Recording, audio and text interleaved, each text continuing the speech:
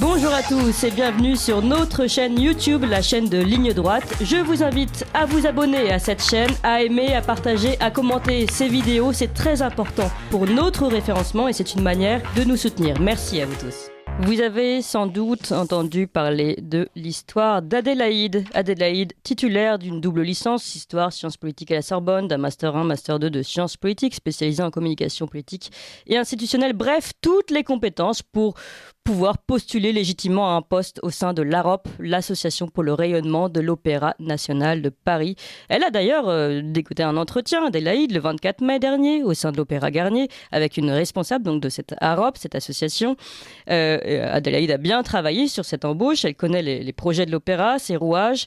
La responsable, qui dirige l'entretien d'ailleurs, lui reconnaîtra cette force. Seulement, Adélaïde a eu une faiblesse, celle de penser qu'avec un CV noirci de lignes avec des références telles que stagiaire à Valeurs Actuelles ou pigiste à Boulevard Voltaire, elle pouvait prétendre postuler normalement dans le milieu de la culture.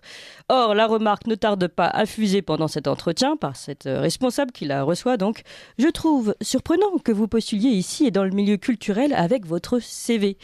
Donc Camille, donc c'est le pseudo qui est donné à cette responsable, explique que les convictions d'Adélaïde n'ont rien à voir avec celles défendues par l'opéra et notamment par Alexander Neff, le directeur de l'Opéra national de Paris. Voilà, elle explique, le monde de la culture est de gauche, alors ne perdez pas votre temps à postuler, chère madame. Et voilà, donc le sujet de notre table ronde, le domaine de la culture, est-il définitivement réservé à la gauche? Pourquoi ce sectarisme et surtout comment y échapper? Ce sujet de la table ronde, où nous sommes avec Adélaïde. Bonjour Adélaïde. Bonjour madame. Vous êtes donc titulaire de ce Master 2 de sciences politiques et communication à la Sorbonne, stagiaire à Valeurs Actuelles. C'est grâce à cet article confondant de Valeurs Actuelles que vous avez publié le 25 mai, quand on a découvert votre histoire. Je donne le titre de cet article: Comment j'ai été recalé d'un entretien d'embauche à l'Opéra de Paris pour avoir travaillé à Valeurs Actuelles. Et puis nous sommes également avec votre avocat. Bonjour Maître Gentillet. Bonjour. Donc avocat au barreau de Paris, avocat d'Adélaïde également. Et puis vous avez vous saisi la direction de l'Association pour le rayonnement de l'Opéra de Paris, demandant une sanction disciplinaire pour la salariée qui l'a humiliée et un nouvel entretien. Et puis nous sommes également pour cette table ronde avec Richard Dessèze. Bonjour Richard Dessèze. Bonjour Clémence. Vous êtes journaliste, vous collaborez régulièrement à L'Incorrect, à Valeurs Actuelles, à Politique Magazine. Vous aussi, vous êtes foutu. C'est ça, mais moi je suis beaucoup plus vieux. Et auteur de ce livre, Le rond de serviette est-il de droite? Nous avions reçu pour ce très bon livre aux éditions La Nouvelle Librairie. Alors, je vais quand même, pour commencer, demander à Adélaïde de nous raconter un petit peu mieux cet entretien avant d'ouvrir cette table ronde sur le sectarisme de gauche et surtout ce milieu de la culture totalement fermé à la droite. J'avais envoyé une candidature spontanée parce que je rêvais de travailler pour un temps pour l'Opéra de Paris. Et à vrai dire, quand j'ai envoyé mon CV, je me suis dit, ils vont probablement me donner un immense vent parce que j'avais conscience que la presse d'opinion pouvait les heurter. Et en fait, j'ai été hyper surprise de voir que la responsable m'a répondu et voulait un entretien. Donc, elle m'a vraiment laissée dans l'espérance. Donc, c'est pour ça que je suis vraiment en colère. Donc, je vais à l'entretien. C'était au Palais Garnier, donc c'était juste incroyable. Oui. Et les premières minutes se passent bien parce qu'elle me demande de me présenter, donc c'est assez facile de se présenter. Et ensuite, elle me montre une vidéo de l'AROP qui promeut justement le rayonnement culturel de l'Opéra de Paris. Et là, du coup, pendant 2 à 3 minutes, je lui parle des différents enjeux de l'Opéra de Paris, de l'élitisme autour des artistes. Enfin, elle comprend vraiment bien elle voit que j'ai des connaissances parce qu'à chaque fois, elle hoche la tête. Et vraiment, ça, c'est important de le dire, mais au cours de l'entretien, elle n'a jamais dit que je n'étais pas compétente pour le poste. Tout à fait. Même plutôt dans l'autre sens à chaque fois. Ce que vous décrivez bien dans l'article de Valeurs Actuelles. Elle dit même, vous connaissez bien l'AROP. Oui, c'est ça. Voilà. Et puis, surtout, j'ai vraiment joué la carte de la passion. Elle voyait que j'étais passionnée par ça. Honnêtement, je ne vois pas pourquoi elle pouvait me refuser ce poste.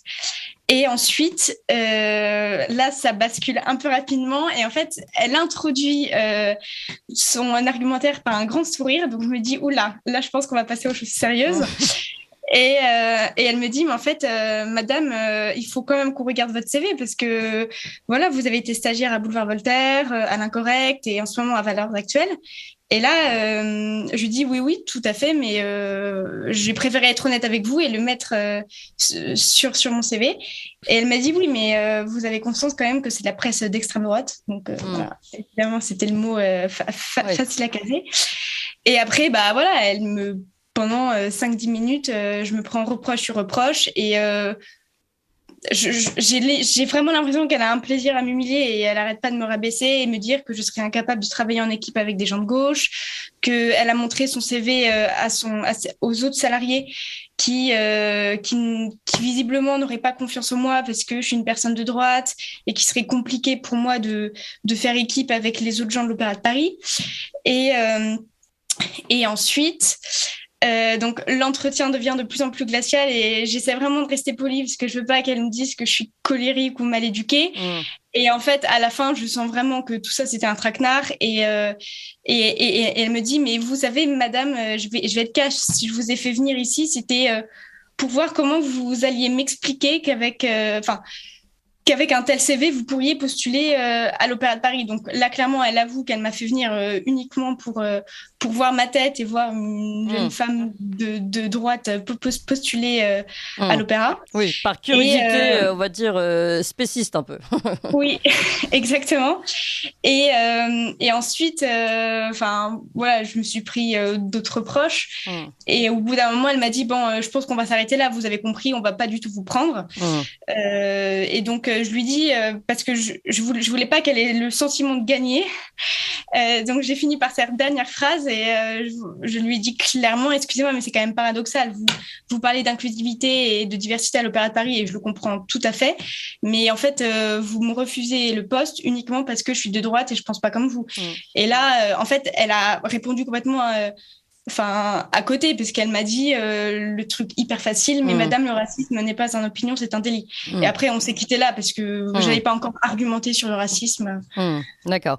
Bon, voilà, on a à peu près le contenu de ce riche entretien que vous avez eu à l'Opéra de Paris. À préciser également que l'Opéra de Paris a répondu, a publié un communiqué le 27 mai, en expliquant que donc l'association a lancé une recherche complète d'informations en interne pour avoir une vision d'ensemble du déroulement de cet entretien et transmettra ses résultats à l'Opéra national de Paris dans les meilleurs délais.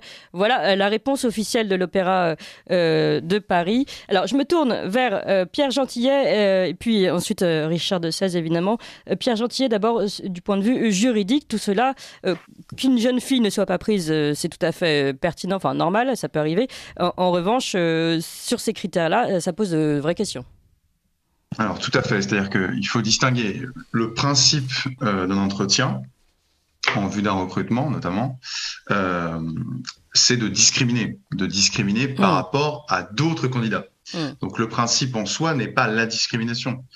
Il y a un petit livre qui a été écrit d'ailleurs, je vous recommande par un de mes confrères, qui s'appelle Thibaut Mercier, qui s'appelle Athéna à la borne, le petit livre, et qui explique qu'en fait, toute l'histoire de notre vie, c'est de discriminer. Tous les jours, nous faisons des discriminations, nous faisons des choix. La question n'est donc pas là, la question, c'est la nature de cette discrimination.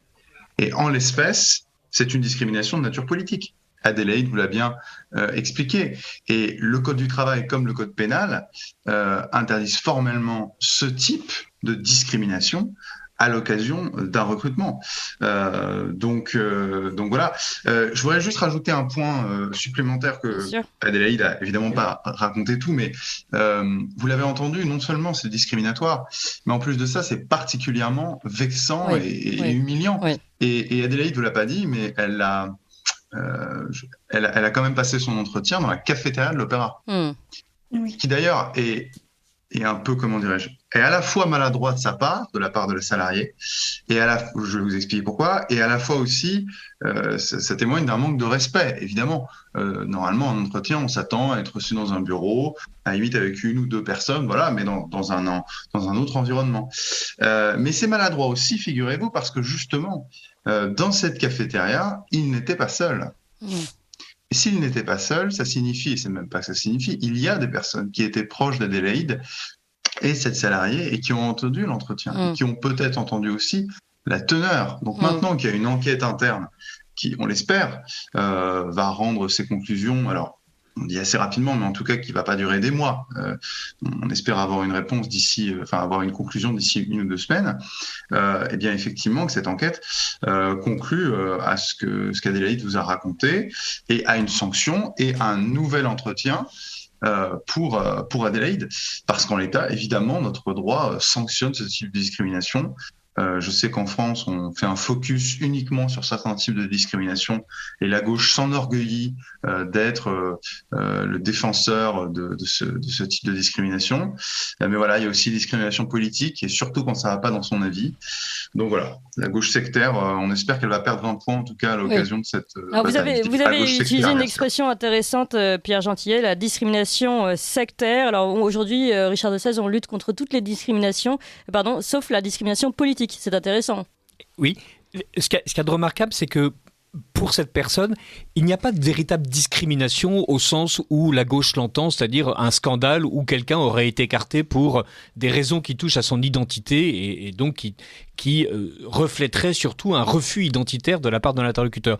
Là, c'est une discrimination, si j'ose dire, darwinienne, où on considère qu'il y a les aptes et les non-aptes, et donc les gens de droite ne sont pas aptes. Et ils ne sont pas aptes, même pas parce qu'ils n'ont pas de compétences, ils ne sont pas aptes parce que les gens de gauche ne peuvent pas travailler pour eux. Donc en fait, cette personne nous explique que d'un point de vue professionnel, la gauche est incapable de travailler avec la droite et que comme la gauche est en poste, le bon fonctionnement d'une institution tenue par des gens de gauche exige que les gens de droite en soient impitoyablement éliminés.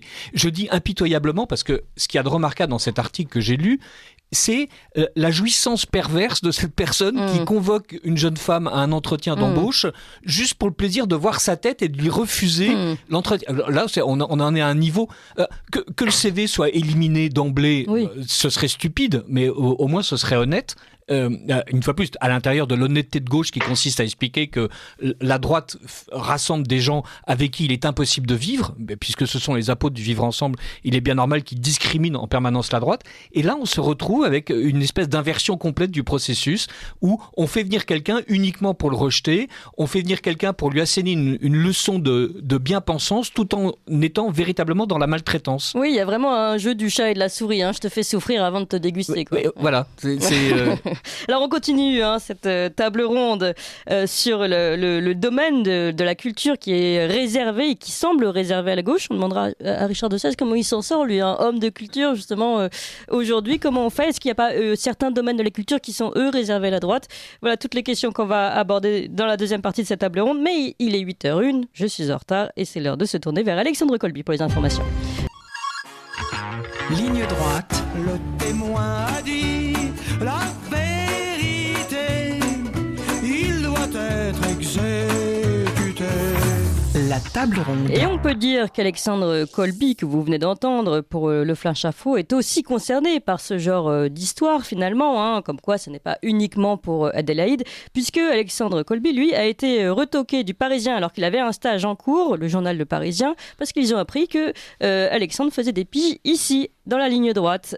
Pourtant, cela avait été annoncé dès le début de son contrat, donc ce n'était pas un problème de pige ailleurs et de concurrence, mais bien tout simplement parce que l'un des rédacteurs adjoints du Parisien a très mal pris le fait que Alexandre Colby travaille pour la presse de droite, lui aussi. Voilà, donc l'affaire d'Adélaïde qui n'est pas une affaire unique. D'ailleurs, Adélaïde, une des questions que je voulais vous poser, c'est est-ce que finalement vous avez eu des retours et des personnes peut-être qui témoigneraient dans votre sens et qui iraient dans votre sens suite à votre article de Valeurs Actuelles? Alors, en fait, déjà, j'ai quand même un peu hésité avant d'écrire l'article parce que psychologiquement, de me dire que j'attaquais mon institution préférée, c'était un peu compliqué. Mais je me suis dit que j'étais quand même, j'étais la victime, donc il fallait que je parle. Et j'ai vraiment été hyper touchée parce que j'ai reçu plein de messages de soutien et de personnes qui m'ont remerciée parce que eux n'ont pas médiatisé leur discrimination politique. Donc oui, je pense que j'ai fait le bon geste en tout cas. D'accord. Pierre Gentillet, si on prend un petit peu de recul, donc on comprend bien que l'affaire d'Adélaïde, c'est pas l'affaire Adélaïde, c'est en fait quand même quelque chose qui arrive souvent dans ce domaine de la culture de gauche. Nous, on a notre affaire Alexandre Colby. Finalement,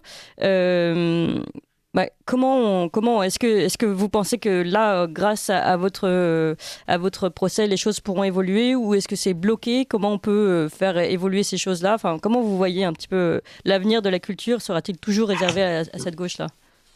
Alors, deux choses. Pour répondre, déjà, vous parlez de procès. Nous, ce qu'on espère justement, c'est qu'il n'y aura pas de procès. Là, on est dans le cadre d'un processus interne. Vous savez, c'est très à la mode. Et la gauche parle beaucoup, justement, de processus interne. Oui, c'est vrai. Souvenez-vous, l'affaire Tahabouaf, Oui. où on n'a pas parlé de plainte, mais il fallait absolument respecter la procédure interne. Très bien, dont acte. Bien, nous prendrons la gauche, en tout cas, ici, la gauche sectaire a son propre jeu. Je dis bien la gauche sectaire, parce que je ne mets pas toute la gauche dans le même sac. Maintenant, effectivement, sur ce que ça révèle. Effectivement, l'affaire Adélaïde ici, si on peut l'appeler comme ça, c'est un symptôme, en fait. Moi, je ne peux pas vous donner les noms, mais je connais au moins 3 personnes autour de moi qui ont été discriminées à l'embauche pour des raisons politiques. Alors, soit ça leur a été dit, c'est très rare. C'est très, très rare. Soit ils l'ont su après coup, tout simplement. Et d'ailleurs, je trouve que l'originalité de ce type de discrimination ici, et du cas d'Adélaïde, c'est que, vous savez, si on vous discrimine sur un critère illégal en raison de votre sexe, de votre origine ethnique ou de votre opinion politique, généralement, on ne vous le dit pas. Là, on lui a dit. Et qu'est-ce que ça veut dire? C'est ça qui est très intéressant. Ça témoigne du sentiment d'impunité de ces gens-là. C'est-à-dire que pour eux, c'est naturel que dans le milieu culturel, on soit de gauche. C'est tellement naturel que, si vous voulez, le naturel devient droit, et le droit naturel se met au-dessus du code du travail, si vous voulez. C'est ça aussi ce que ça signifie au fond. C'est-à-dire que c'était tout à fait dans l'ordre des choses qu'Adélaïde ne soit pas prise. Mais voilà, maintenant, si vous voulez, c'est l'occasion de mener le combat, cette affaire, et de montrer que les milieux culturels, et en particulier l'Opéra de Paris, n'est pas réservé à une chapelle politique ou une autre. Pardon, je termine en vous disant, moi je suis enseignant à la Sorbonne, d'accord, j'enseigne les étudiants en droit. Mais qu'est-ce qu'on dirait si demain je mettais des notes? Je sais que c'est déjà arrivé pour d'autres collègues, ou même quand moi j'étais étudiant. Qu'est-ce qui serait arrivé si je notais en fonction des opinions politiques de mes étudiants? Je veux dire, là, la gauche hurlerait. Donc, il faut que ces gens se réveillent un peu quand même. Alors, le droit s'applique à tout le monde, y compris à eux. Oui, mais on peut comprendre aussi, un des arguments de cette responsable qui a reçu Adélaïde, c'est de dire, oui, mais le directeur de l'Opéra national de Paris, Alexandre Neff, lui, il a des velléités qui vont dans un certain sens, qui sont celles de la gauche pour la diversité, etc. Donc, pour que tout le monde travaille en bonne entente, comme nous on le fait dans une rédaction, on prend des gens qui vont plutôt dans le même sens, dans la même direction. Mais est-ce que ça s'entend? Pardonnez-moi, c'est pas vrai. Excusez-moi, je réagis en 2 secondes, mais c'est pas vrai. Je veux dire, on peut travailler dans une rédaction ne signifie pas que vous partagez toute la vie et toute la ligne de votre rédaction. Est-ce que vos techniciens partagent à 100% ou partagent la même ligne que vous? Est-ce que Franck les techniciens souhaite de certaines répondre? chaînes de télévision ont forcément, pardon, je vise quelqu'un directement, en plus je sais où est votre technicien, il est en face de vous. Mais est-ce que les gens qui travaillent dans la rédaction de Valeurs Actuelles sont tous sur la ligne de Valeurs Actuelles? Est-ce que tous les gens qui travaillent dans BFM TV ou à CNews partagent tous la même ligne? Mais non, c'est une évidence. Non. C'est sûr. Donc, il faut arrêter de penser que chacun a son précaré. Sinon, c'est la guerre. Et si je peux me permettre de rajouter, mais l'Opéra de Paris, c'est aussi financé par les contribuables. Donc, il y a quand même un devoir de neutralité. Donc, on s'en fiche des idées. On revient sur la fameuse neutralité du service public, en tout cas de tout ce qui est payé par nos impôts. Richard de 16, vous avez écrit Le Rond de Serviette est-il de droite aux éditions La Nouvelle Librairie, très bon livre. Merci. Aujourd'hui, je vous pose la question, la culture est-elle définitivement de gauche ? Alors, absolument pas. La culture est véritablement un commun et il faut qu'on... On ne peut pas définir la culture, mais si jamais on se ramasse sur uniquement ce qu'il est convenu d'appeler les événements culturels, c'est-à-dire le théâtre, les expositions, les festivals comme Avignon, les festivals de danse comme les Chorégies d'Orange, on voit que n'importe qui a le droit, évidemment, d'aimer l'opéra, n'importe qui a le droit d'aimer la musique, n'importe qui a le droit d'aimer le cinéma, et Et il faut quand même noter que s'il y a ce sectarisme incroyable de l'Opéra de Paris et sans doute d'autres institutions culturelles, la Bibliothèque nationale de France, par exemple, a un journal en ligne qui s'appelle Retro News. Je vous conseille d'aller regarder le dossier consacré à Charles de Foucault. C'est incroyablement anti-français, c'est incroyablement anti-catholique. Et donc c'est un dossier purement de gauche et qui est à la limite de la contre-vérité historique. Mais voilà, donc la BNF a décidé d'être militante sur Charles de Foucault au moment où on le canonise. Et il y a donc nombre de musées, de producteurs de cinéma qui acceptent que l'incorrect, Valeurs Actuelles, viennent parler de leurs expositions, viennent parler de leurs films. Donc il n'y a pas ce côté sectaire chez ceux qui produisent de la culture. En revanche, il y a, oui, sur certains dossiers emblématiques, par exemple les Corrégies d'Orange qui ne reçoivent quasiment aucun financement public depuis qu'elles existent, parce que c'est une ville qui est possédée par la droite et même Horresco référence par l'extrême droite, donc il est normal que personne ne les soutienne, ou au contraire les déclarations aberrantes du directeur du Festival d'Avignon, qui expliquait il y a quelques années que si Avignon tombait à droite, et donc à l'extrême droite, il était évident que d'emblée le festival s'arrêterait. Donc la culture n'est pas irrémédiablement de gauche, mais la gauche considère que la culture lui appartient.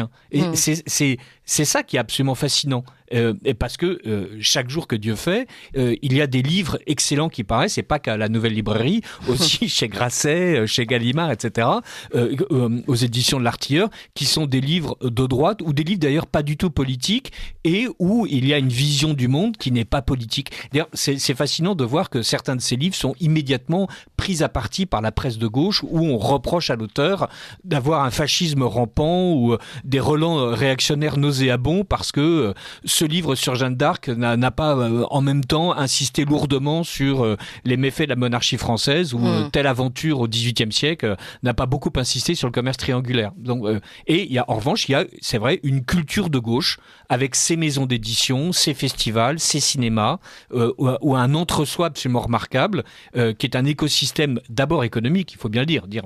Les gens, bien sûr, sont vertueux, mais enfin, surtout, ils ont un portefeuille, et ça vit en milieu fermé avec, par exemple, les subventions accordées par le CNC au titre de la commission d'avance sur recettes, qui ne vont qu'à un certain type d'œuvres diffusées dans un certain type de cinéma, et avec donc une absence absolue de rentabilité, mais ce n'est pas grave. L'argent public sert à entretenir en fait un petit milieu. Voilà. Donc ça, pour répondre à votre question, non, la culture n'est pas de droite, mais oui, les gens de culture, eux, considèrent, quand ils sont à gauche, que la culture doit être à gauche. Mais est-ce que finalement il n'y a pas deux mondes, la culture de gauche, la culture de droite? On voit aussi qu'il y a des domaines de culture qui paraissent beaucoup plus réservés, en tout cas dont que la droite a investi, notamment la défense du patrimoine. Là il y a beaucoup plus de relais de droite. Est-ce que finalement chacun n'a pas pris son précaré dans la culture, Richard de Sèze? Alors peut-être que la droite s'est effectivement réservé la défense du patrimoine. Quand on voit qu'Emmanuel Macron explique qu'on va rebâtir la cathédrale Notre-Dame plus belle qu'elle n'était, donc effectivement, on a un léger doute sur la capacité des gens de gauche à comprendre ce que c'est le patrimoine. Quand on voit les extensions de certains musées comme le musée de Cluny, là aussi on peut se demander dans quelle mesure le ministère de la Culture, quand il est occupé par un ministre de droite, est capable de comprendre ce que c'est qu'une continuité architecturale. Mais à part cette défense du patrimoine, je ne vois pas de domaine où la gauche serait prééminente. Sinon, en fait, par la manière dont la gauche décide de faire peser une certaine omerta sur les gens de droite. Il y a un rock de gauche, il y a un rock de droite. Le rock de droite, on l'entend pas sur les grandes antennes. Il y a une peinture de gauche parce que l'artiste est de gauche, il y a une peinture de droite parce que l'artiste est de droite. Ces artistes-là, on les voit très peu souvent sur les grandes cimaises achetées par les collections publiques.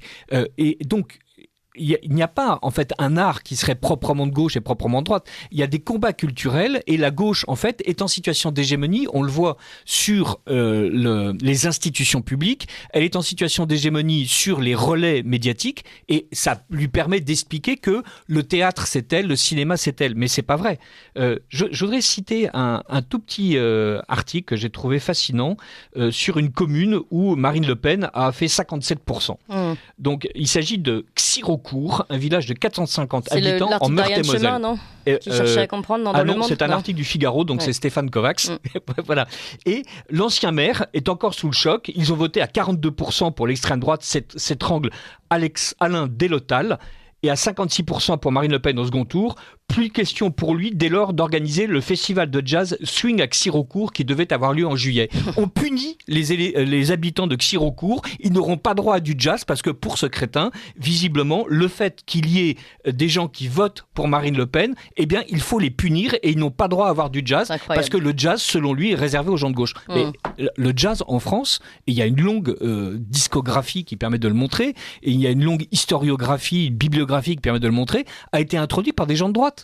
Qui étaient absolument passionnés par la musique, qui étaient absolument passionnés par les États-Unis et qui ont importé le jazz, mais sans s'exciter à aucun moment sur la signification d'un combat culturel que 100 ans plus tard, on nous plaque sur n'importe quoi qui vient des États-Unis. Il faudrait plus de Richard de Sèze finalement pour défendre la culture de droite. Mais il faut plus de Richard de Sèze partout. Voilà. Et de Clémence. Pierre Gentil, excusez-moi, je voulais vous donner la parole. On parlait de... Puisque Richard de Sèze parle de cette situation d'hégémonie des institutions publiques, du relais médiatique de la gauche sur la culture.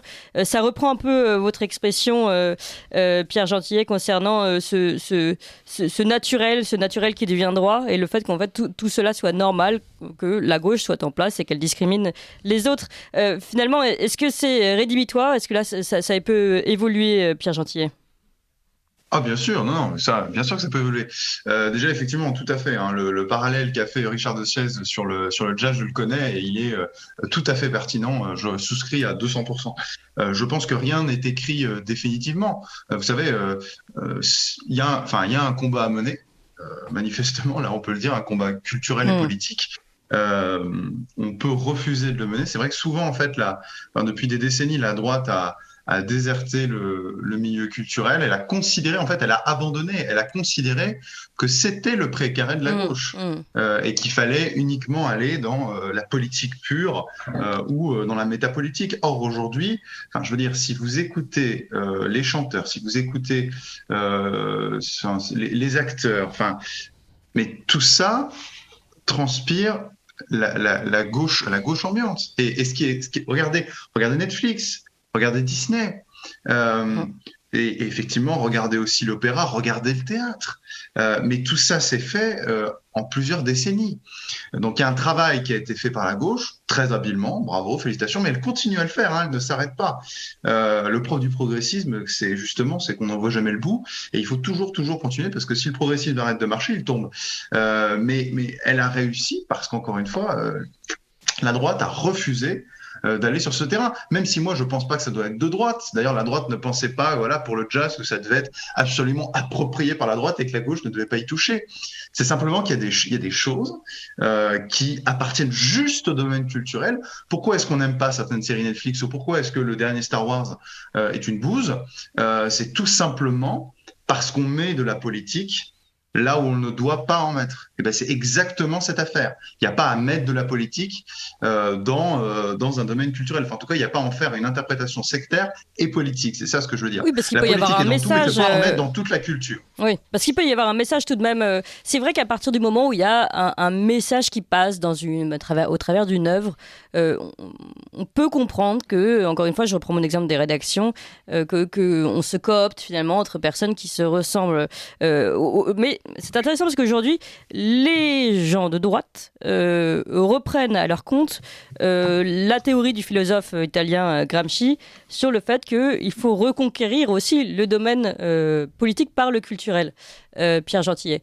Peut-être que la droite se réveille aussi à ce sujet. Oui, alors... Effectivement, mais si vous voulez, la droite se réveille parce qu'elle prend des coups. Ensuite, j'ai pas très bien entendu l'avant-dernière phrase que vous avez dit, mais il me semble que vous faisiez référence, sans le dire, au gramscisme culturel, c'est ça, et à la fascination, sans le dire, mais la fascination que la droite a pour Gramsci. Là-dessus, je suis un peu plus dubitatif, c'est-à-dire que on parle de ça depuis des décennies, j'ai pas l'impression que ça avance. Ensuite, moi, j'ai pas la clé politique, j'ai pas la clé magique pour faire en sorte que demain, la culture, l'opéra, le cinéma redeviennent comme c'était dans les années 60, par exemple. Mais ce qui est sûr, c'est que voilà, si on ne répond pas coup pour coup, eh bien, ce genre de situation va se multiplier. Encore une fois, ici, il faut simplement que chacun respecte le droit, chacun respecte la neutralité des institutions, et a fortiori une institution aussi importante que l'Opéra de Paris. Je termine en faisant une précision. On parle depuis tout à l'heure de l'Opéra de Paris, mais il s'agit bien non pas de l'opéra en tant que tel, mais de l'Association pour le rayonnement de l'opéra, ce qui est encore plus grave, puisque l'Association pour le rayonnement de l'Opéra de Paris est l'association qui permet de lever des fonds auprès des mécènes privés et des levées qui ouvrent droit à réduction d'impôts. Vous savez que quand vous donnez à l'Association pour le rayonnement de l'Opéra de Paris, dont Adélaïde a été refusée, vos dons sont déductibles à hauteur de 66% des impôts. Voilà, je fais rappelle cette précision parce que à la fois c'est pas l'opéra, mais en même temps c'est une branche, une institution importante sur laquelle s'appuie l'Opéra de Paris. Bien sûr. Richard de Sèze, un mot, puis Adélaïde. Ce que je trouve remarquable, c'est que Adélaïde est prête à travailler pour l'Opéra de Paris. Donc elle est prête à travailler pour le rayonnement d'une institution culturelle. Le fait qu'elle soit de droite ou de gauche ne rentre pas en ligne de compte sur ses capacités qui ont été prouvées par l'obtention de ses diplômes.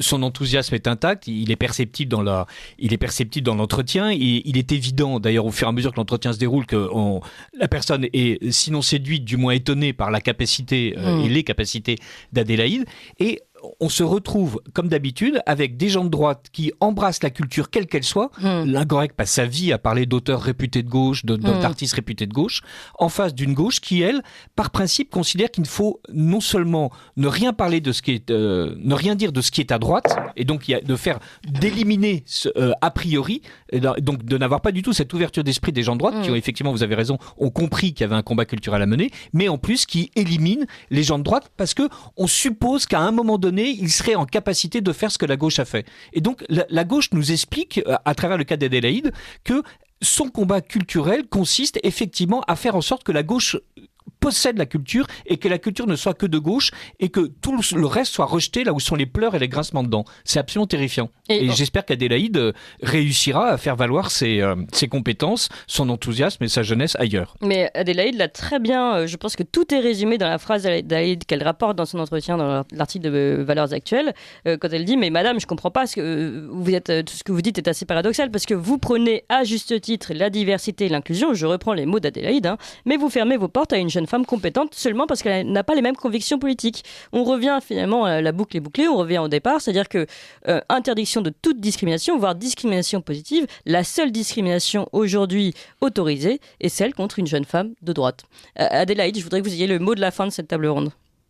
Ce qui est quand même étonnant, elle aurait très bien pu dire après ma dernière phrase, mais madame, je vous discrimine pas à cause de vos idées politiques. Elle aurait pu remettre en question mes compétences. Mais en fait, elle a jamais nié, et c'est ça le problème. Et je pense qu'elle s'est dit, cette petite jeune fille, elle va jamais porter plainte, elle va pas faire un grand bruit médiatique à cause de ça. Et je pense qu'elle aurait dû réfléchir. En plus, je suis journaliste, donc je trouve ça quand même un peu particulier qu'elle n'ait pas réfléchi à la portée de ses propos. Voilà. Et en mot de la fin, je dirais à toute la jeunesse qui veut s'investir dans le milieu culturel qu'il faut s'engager dans ce milieu-là, qui je pense en a grand besoin. Et ce qui est beau dans la culture et l'art en général, c'est que c'est quelque chose qui transcende les individus, qu'importe notre pays d'origine, notre couleur de peau ou nos convictions politiques. Et c'est ça qui est magnifique dans l'art. Et je trouve ça très triste à travers mon histoire qu'on en soit réduit à là. Merci beaucoup Adélaïde et merci à vous tous pour cette table ronde. Adélaïde, je rappelle, stagiaire à Valeurs Actuelles et auteur de cet article que je vous recommande, qui est vraiment très touchant. Comment j'ai été recalé d'un entretien d'embauche à l'Opéra de Paris pour avoir travaillé à Valeurs Actuelles, publié le 25 mai à la suite de votre entretien Adélaïde du 24 mai. Pierre Gentillet, avocat au barreau de Paris et avocat d'Adélaïde. Donc vous avez saisi la direction de l'Association pour le rayonnement de l'Opéra de Paris à ce sujet. Et nous étions avec Richard de Sèze, journaliste, notamment collaborateur pour l'Incorrect, Valeurs Actuelles, Politique Magazine et auteur de ce livre Le rond de serviette est-il de droite aux éditions La Nouvelle Librairie. Merci beaucoup à vous trois. Vous appréciez cette émission? Alors aidez Radio Courtoisie à en produire d'autres en indépendance totale. Rendez-vous sur soutenir.radiocourtoisie.fr. Merci d'avance.